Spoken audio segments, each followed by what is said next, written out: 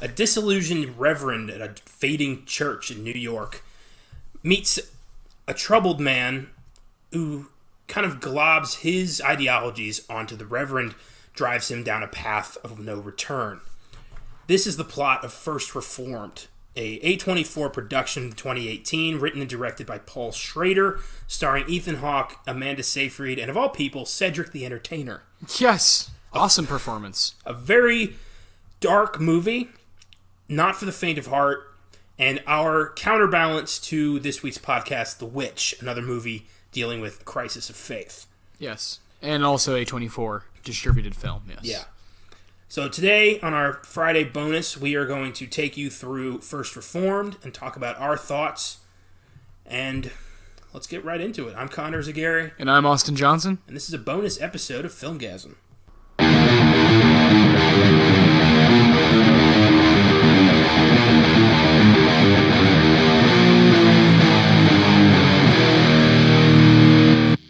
As I said, First Reformed was released in 2018, stars Ethan Hawke as Reverend Toller, a lonely, divorced, just sad man who only has his faith. There's nothing left in his life. He lost his son in Afghanistan or Iraq. I think it was Iraq. Yeah.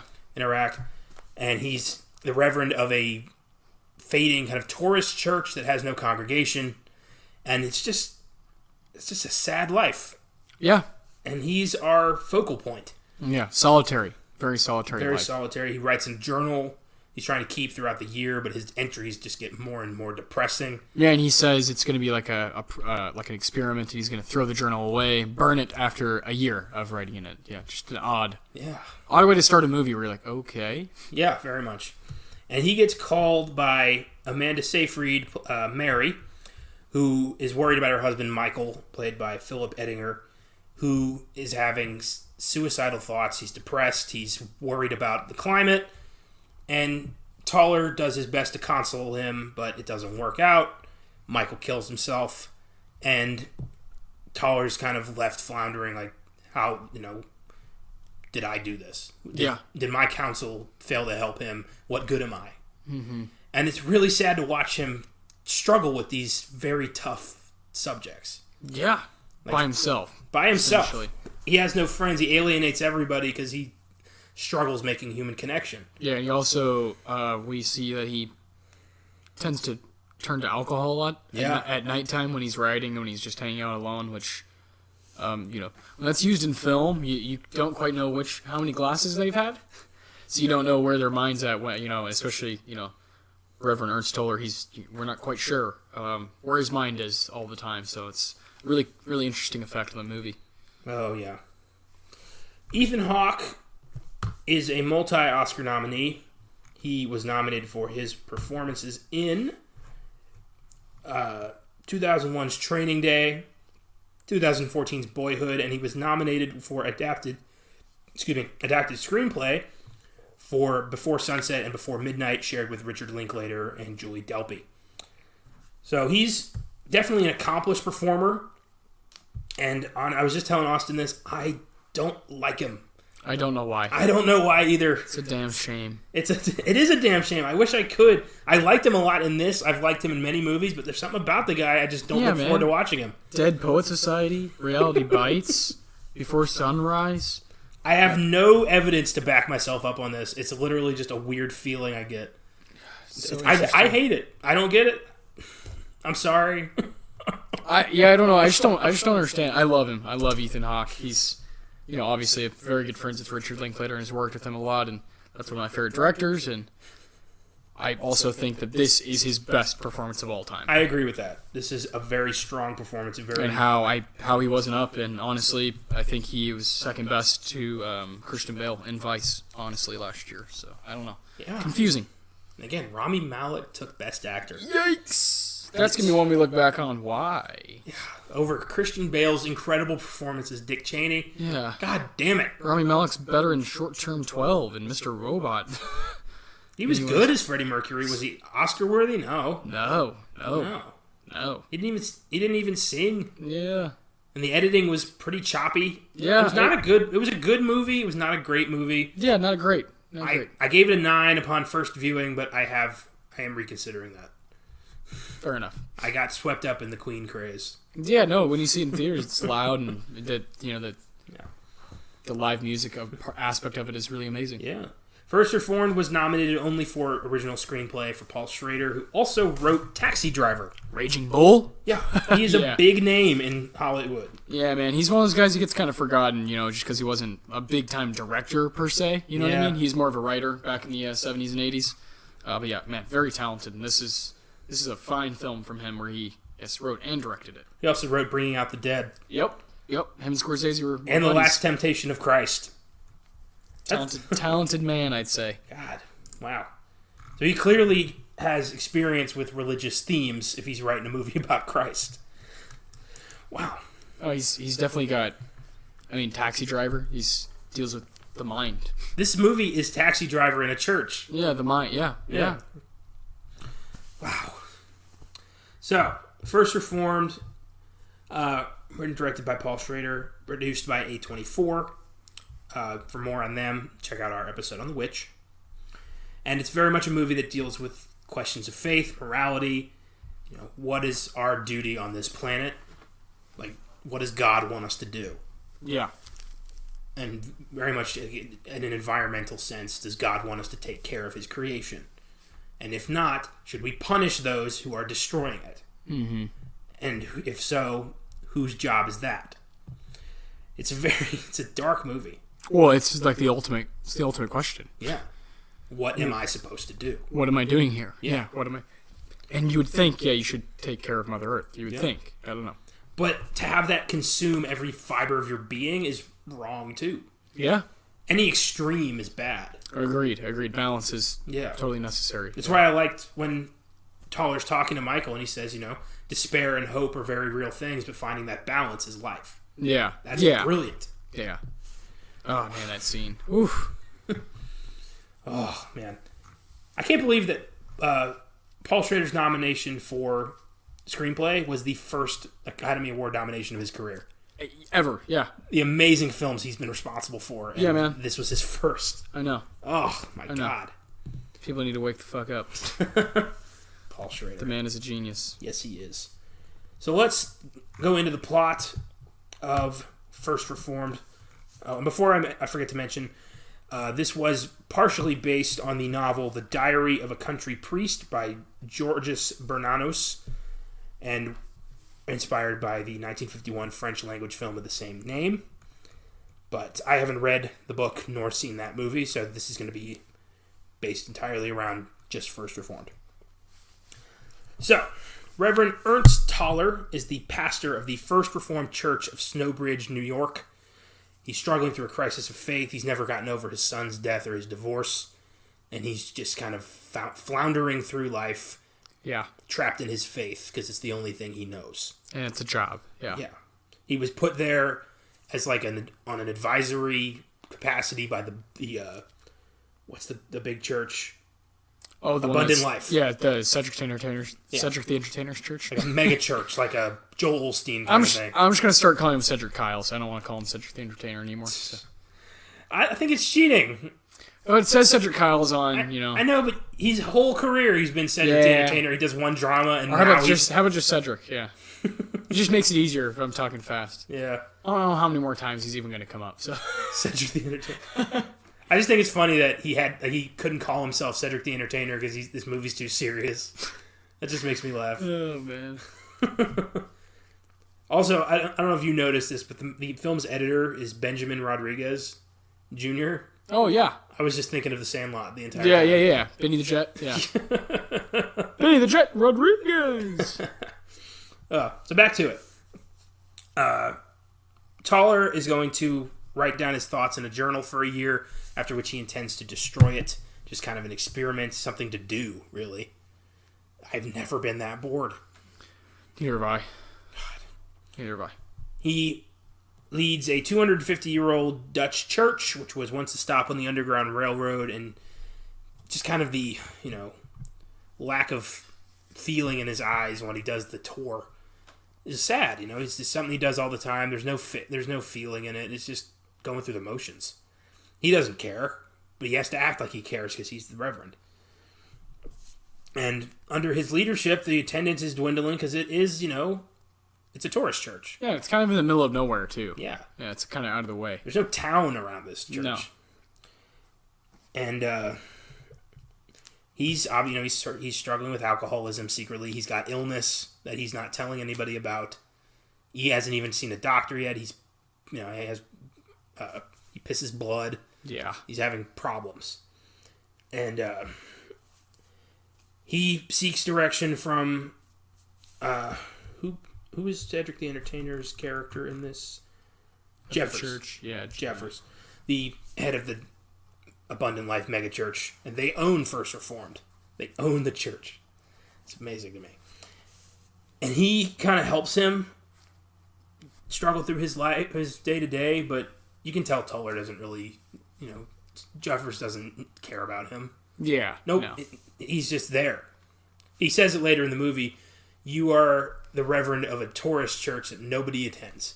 Yeah. And he's a liability more than anything else. So Toller... And an employee. Yeah, he works for them. Essentially. It's really sad, yeah. It's very sad. Church. Toller talks to...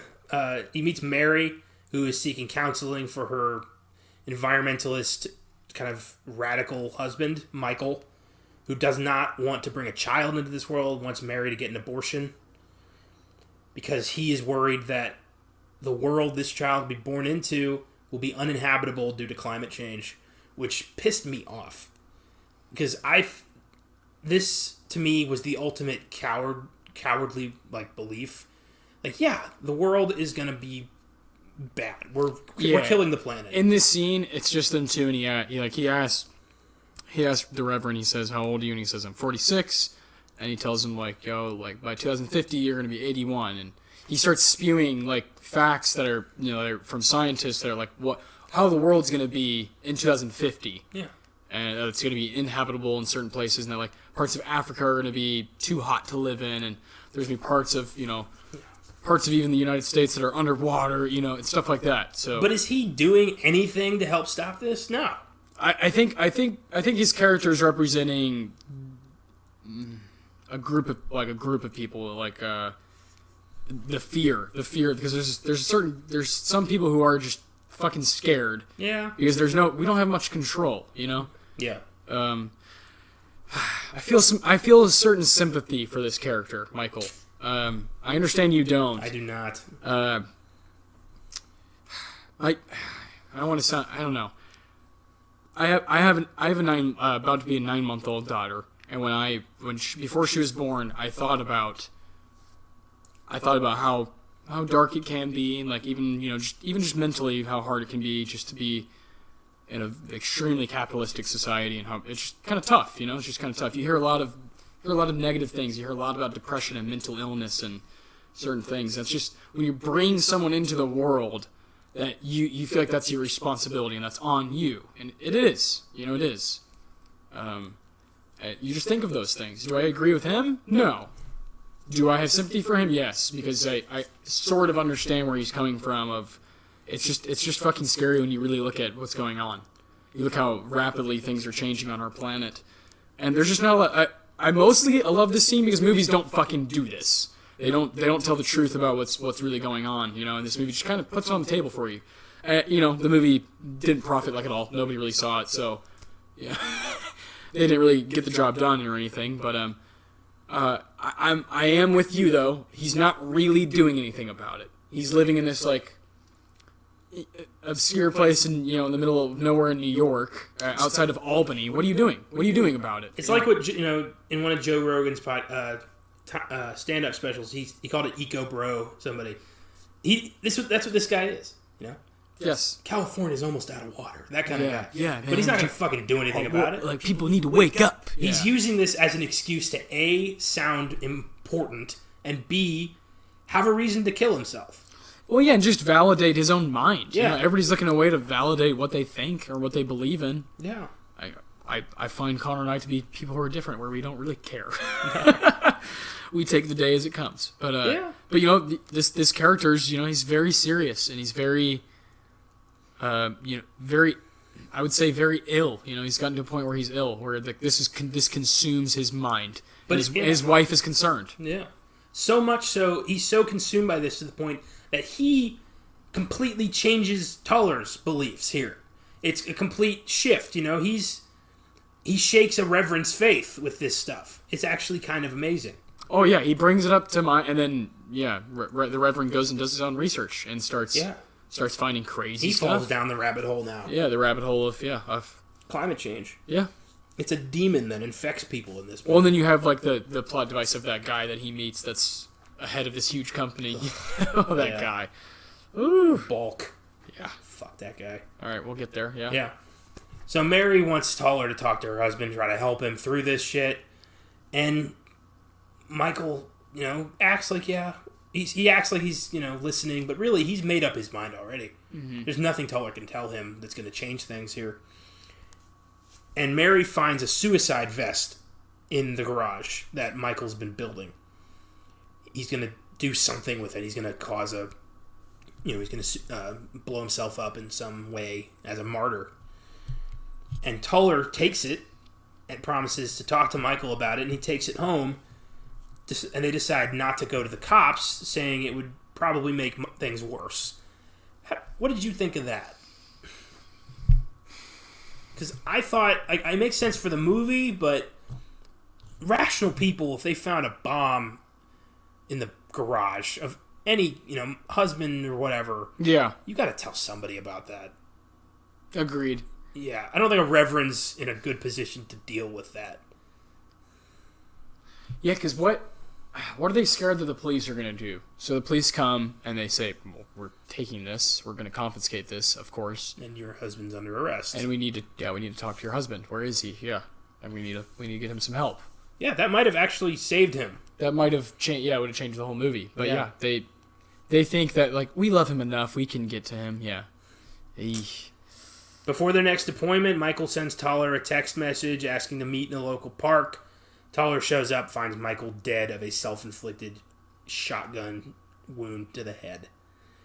And he calls the cops, they take away the body, and Toller's just like, I was supposed to meet him. He's kind of shell-shocked.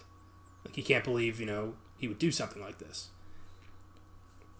And he goes home to tell Mary, and they find Michael's will, which asks the Reverend to hold a service at a local toxic waste dump where his ashes are scattered, and the local choir sings a Neil Young protest song. Yes. It's the most obnoxious tree hugger bullshit I've ever seen. I fucking love Neil Young. I do too, but god damn it. Come on, man. You hate that shit. Yeah, I know. I hate all this, save the environment, man, bullshit.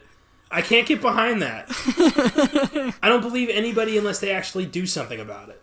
That's fair. That's fair. Like, I'm all for saving the environment, but I also drive a gas car.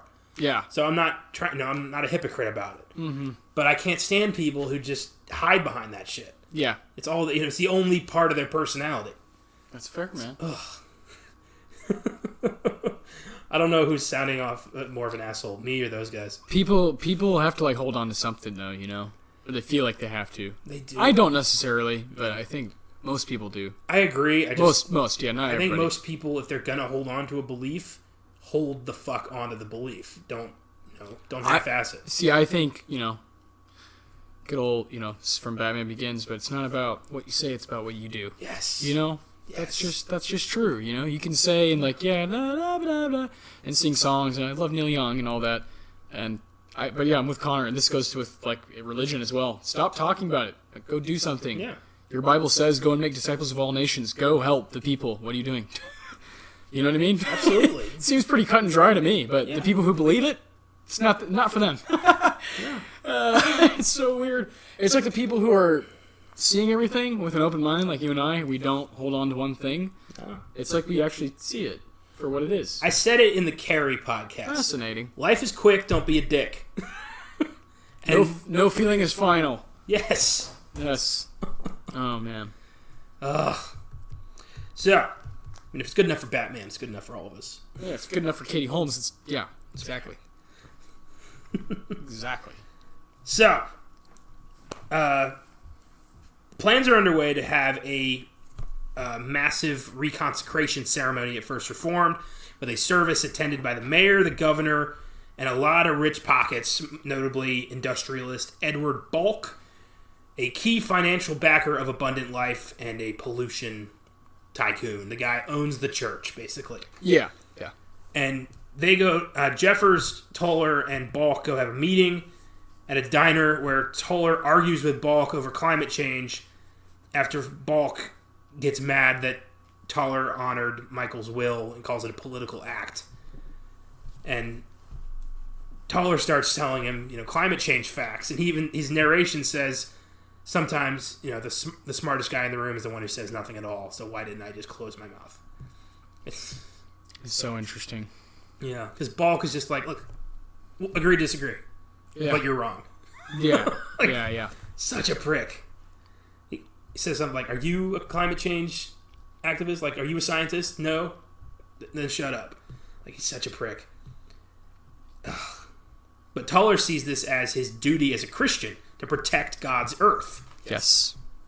And he sees this as his calling, which is fair. Like, that's fair, right? To to want to take care of the earth, which is Neil Young was like huge on that. I think that's why they chose that song. It was like, all we're here to do is take care of the earth. That's like that's what he believed in. Yeah. And that's what Reverend's doing. He's like, hey man, we're here to take care of exactly what we're living on, and that's it, and leave it for the people behind us. Yeah. And so on and so forth, It's like, he takes Michael's one of his last words into consideration to makes it his mantra.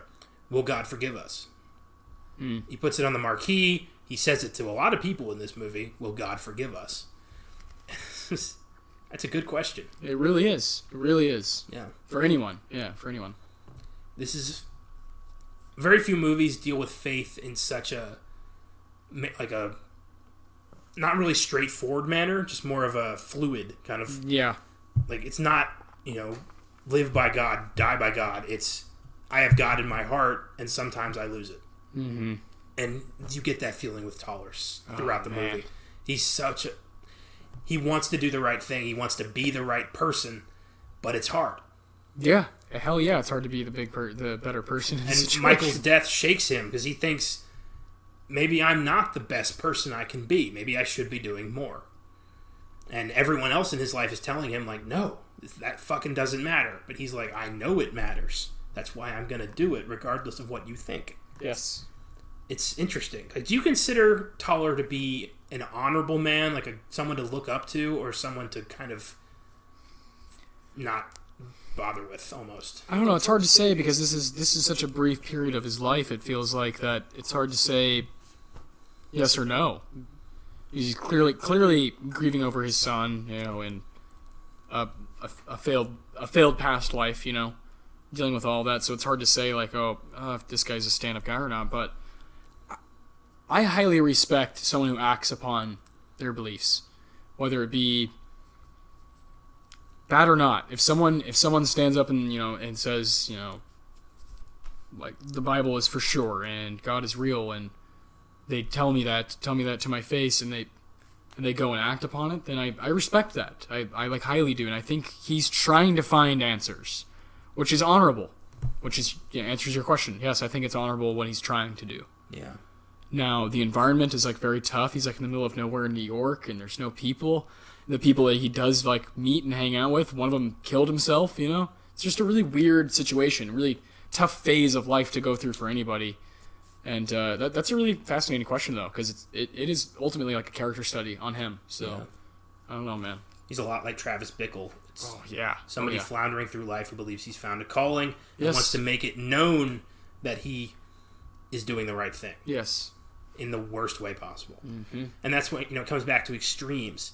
Yes, he wants to do the right thing, but the way he goes about it is the fucking wrong way to do this. Yeah, exactly, yeah. It's fascinating. So, Toller goes to see a doctor who suspects he has stomach cancer, wants to schedule tests. Toller's very casual about this, almost like he knows he's on his way out regardless of illness or not. He uses Michael's laptop, which he took after his suicide. He searches Michael's concerns, starts looking up information on this explosive vest. And he talks a lot to Mary. He gets, he hangs out with her a lot, helps her through this difficult time in her life. They become very close. And one night, and this was kind of weird, Mary visits him in the church, and they have like a physical intimacy, like touching thing that isn't sexual, but is very spiritual and very intimate. And like wonderfully filmed. Oh yeah, my god. It's very strange. You're seeing them just kind of hover through the stars. Yeah. Oh man. It's very weird. Breathtaking scene. Yeah. You're just waiting for them to kiss and get it over with. Almost. But will it happen? Probably not. And Toller begs Mary not to attend the anniversary service for First Reformed, the centennial. He just tells her, like, look, I don't want you there. And eagle-eyed viewers can tell he's going to blow that place up. And yeah. She's the only one he cares about. He doesn't want her there. So he prepares for the ceremony. He puts on the explosive vest. He arms it. And then he sees Mary enter the church. And the devastation in his eyes as he realizes he can't fucking go through with it because he doesn't want to hurt her or her unborn child. So he removes the vest and instead wraps himself in barbed wire and then pours himself a glass of drain cleaner. He's gonna just take himself out in like a very fucking brutal way. Yeah. Drain cleaner. God. Yeah, Jesus Christ. He's about to drink it when Mary shows up, interrupts him, and the two embrace, kissing very passionately before the film cuts to black. And that's pretty much the highlights of the film. It did not end the way I thought it was going to end. No. I never would have expected, the kiss of life. Right? In such a like cinematic way. Yeah. Where you're kind of freaked out. Yeah, where you're like, oh, I could see something really, really dark here. Yeah. And then here walks in Amanda Seyfried, and then it cuts to black. Like it says abruptly, it's really breathtaking. It leaves you breathless. Yeah, speechless and breathless as the credits start rolling. Yeah. My God. Do you think that's the best ending they could have done, or would you have preferred an ending where he does go through with it? No. I like the ending a lot. Yeah. I thought that was right. Yeah. Me too. Although in brutality. Oh my gosh. Jesus. Oh, man. So this film, I don't know if I would recommend this to most people. This is very much an acquired taste kind of movie. Not a casual film goer, but I don't think they would enjoy this. But if you're, if you're into faith-based films or a good suspense thriller, yeah, take it. I feel like Ethan Hawke, unlike Connor. Yeah, if you're unlike me and you like Ethan Hawke, or if you're on the fringe, yeah, watch this. You'll like Ethan Hawke afterwards, maybe. So you're not there yet. Still, I don't get it. You still don't like Ethan Hawke. It's a mental block. It's weird. Okay, so you need to see. Well, you've seen Dead Poets. You need to see the Linklater stuff, like Before Sunrise. I gotta see the Before trilogy. You need to see. Have you seen Training Day? Of course. Yeah. What else would I say? Boyhood. You've seen. Mm-hmm. So I throw in there what you're about to watch Before the Devil Knows You're Dead, because we're doing Philip Seymour Hoffman, and when are we doing that? February. Yeah. I just like him a lot. I just think he's really likable to me. And I feel like he could play like my uncle or something, I don't know. I've always had this kind of thing in my head of just fuck Ethan Hawke. I don't understand why, and I'm sorry to fans out there. No. I'm sorry, Ethan Hawke. I don't know you as a person. I'm sure you're a delightful human being. Yeah, he seems awesome. Yeah, but it's just something I've always thought since childhood, and I'm sorry. It's fair. I'll get over it someday, I'm sure. Someday. But it hasn't happened yet. But I do give First Reformed an 8 out of 10. Yeah, it's a 9 for me. I really enjoy it. And I wrote a top 5 from A24 movies, and this was number 3 on there. So yeah, I respect it highly. I think when you execute a movie well and you have all of these things on the table that are ultimately the questions we're all going to ask at the end of the day when we go to sleep, that's pretty fucking cool, because not a lot of movies do that. True. Very true. Is there anything you would like to add about First Reformed? No, but I'm gonna do a top 5 Ethan Hawke though, just for fun. And this is going to be in there. I look forward to checking that out. Hell yeah. Yeah. I've named all the ones that'll be in there, but it'll just be fun to rank them, you know? Mm-hmm. Good old Ethan. Maybe it'll get you inspired to go. You know what did it? Gattaca. Oh, yeah. Fair play. That might be what did it. Fair play. Yeah. Fair play. I did not like that movie. Neither do I. Not good. Not good, Bob. We'll not be getting an episode we cracked on Filmgazm. A long-time mystery today on Filmgazm. Fucking Gattaca. It's not Hamlet? I've never seen that Hamlet. No, Hamlet? Yeah, that one's not. I've seen The Lion King. That's my Hamlet. Okay, there That's you all go. I've seen. There you go. That's fair. I'm more of a Macbeth guy. Yeah. Big fan of the Scottish play. That's funny. I'm more of a Macbeth guy. That's a good t-shirt. I'm an English major too, so that would fit. There you go. Oh, man. I love Macbeth. It's such a great story. Fantastic, yes. I love revenge stories and people getting Me too. theirs. It's Me just too. So great. Hell yeah. All right, well, that about wraps it up for our bonus on First Reform. Check out our episode on The Witch, and we will see you next week for Young Frankenstein. Can't wait.